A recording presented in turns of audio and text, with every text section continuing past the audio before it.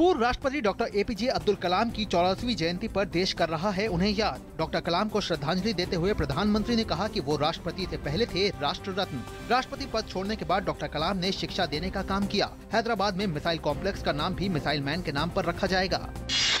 प्रधानमंत्री नरेंद्र मोदी ने पूर्व राष्ट्रपति डॉक्टर एपीजे अब्दुल कलाम की जयंती पर डीआरडीओ हेडक्वार्टर में उनकी प्रतिमा का अनावरण किया।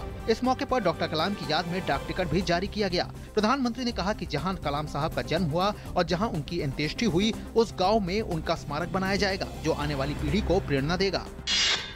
वित्त मंत्री अरुण जेटली ने कहा कि देश में नहीं है असहिष्णुता का माहौल। विरोध स्वरूप पुरस्कार लौटाने वाले लेखकों पर दिया सख्त बयान। कहा यह है गड़ी हुई कागजी बगावत। विरोधियों का सरकार के खिलाफ है षड्यंत्र। जेटली ने याद दिलाया कि दादरी और कुलबर्गी हादसे हुए हैं गैर भाजपा शासित राज्यों में।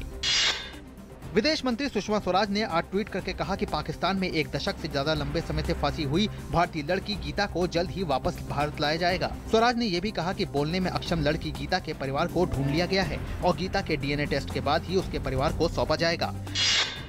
पिछले कुछ समय में मध्य प्रदेश में मौसम की वजह से किसानों को बहुत ज्यादा समस्याओं का सामना करना पड़ रहा है। प्रदेश में कहीं ज्यादा बारिश तो कहीं सूखे के कारण किसानों को बहुत दिक्कतें हुई हैं। इसको देखते हुए आज मध्य प्रदेश के मुख्यमंत्री शिवराज सिंह चौहान ने वित्त मंत्री अरुण जेटली से मुलाकात की।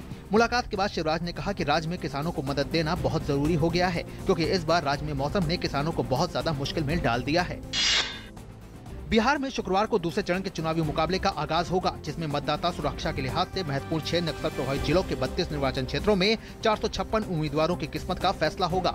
राज्य के 6 जिले कैमूर, रोहतास, अरवल, जहानाबाद, औरंगाबाद और गया हैं, जिसके अंतर्गत दूसरे चरण के लिए वोटिंग होगी। शांतिपूर्ण तरीके से मतदान कराने के लिए सुरक्षा के कड़े इंतजाम किए गए हैं। बिहार विधानसभा चुनाव के 5वें चरण के लिए नामांकन दाखिल करने का आज है अंतिम दिन। इस चरण में राज्य के 9 जिलों की 57 विधानसभा सीटों पर वोट डाले जाएंगे। मधुबनी, सुपौल, अररिया, किशनगंज, पूर्णिया, कटिहार, मधेपुरा, सहरसा और दरभंगा जिले में 5 नवंबर को वोट डाले जाएंगे। उच्चतम न्यायालय ने मुंबई के डांस बार पर लगी रोक को हटा लिया है। देश की सर्वोच्च न्यायालय ने अपने फैसले में कहा है कि डांस हो सकता है, लेकिन किसी तरह की फुहड़ता नहीं। सुप्रीम कोर्ट ने राज्य सरकार के डांस बार पर रोक लगाने वाली 2014 के फैसले को रोक दिया है।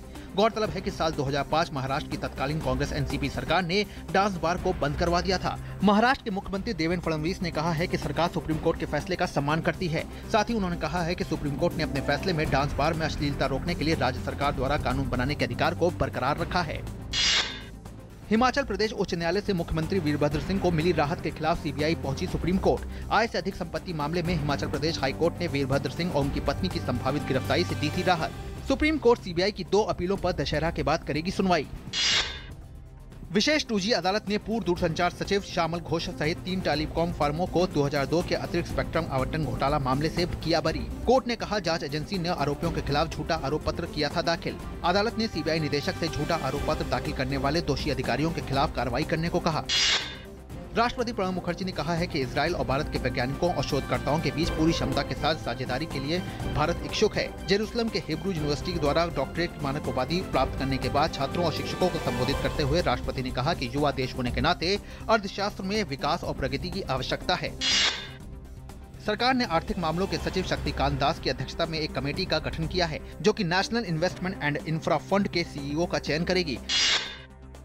जम्मू कश्मीर के पुंछ में कृष्णा घाटी में आतंकियों की घुसपैठ को नाकाम करने की मुहिम के दौरान सेना के एक जवान शहीद हो गया। दरअसल आधी रात के करीब एलओसी पर आतंकियों की गतिविधियां नजर आईं, जिसके बाद सेना सतर्क हो गई। सेना की कार्रवाई पर आतंकियों ने भारी फायरिंग शुरू कर दी। इस गोलीबारी में एक आतंकवादी के मारे जाने की खबर है। वहीं जम्मू कश्मीर के डोडा जिले में करीब 1.5 माह पहले हथियार लेकर फरार हुए 2 आतंकवादी आज तड़के सुरक्षा बलों के साथ मुठभेड़ में मारे गए।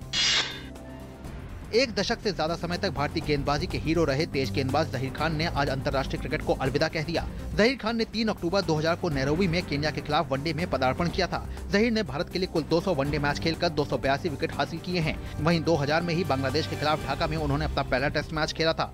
जहीर ने 92 टेस्ट मैच खेलकर 311 विकेट लिए हैं। नवरात्र का आज तीसरा दिन है। तीसरे दिन दुर्गा माँ के चंद्रघंटा के रूप की विशेष पूजा अर्चना की जाती है। ऐसा माना जाता है कि माँ के मस्तक में घंटे का आकार अर्धचंद्र है, इसलिए इन्हें चंद्रघंटा देवी कहा जाता है। इन दिनों गुजरात के सूरत में गरबा की धूम मची हुई है। सूरत में स्थित उमिया धाम में महिलाओं ने 22 साल पुरानी प्रथा को आगे बढ़ाते हुए मटकी गरबा किया।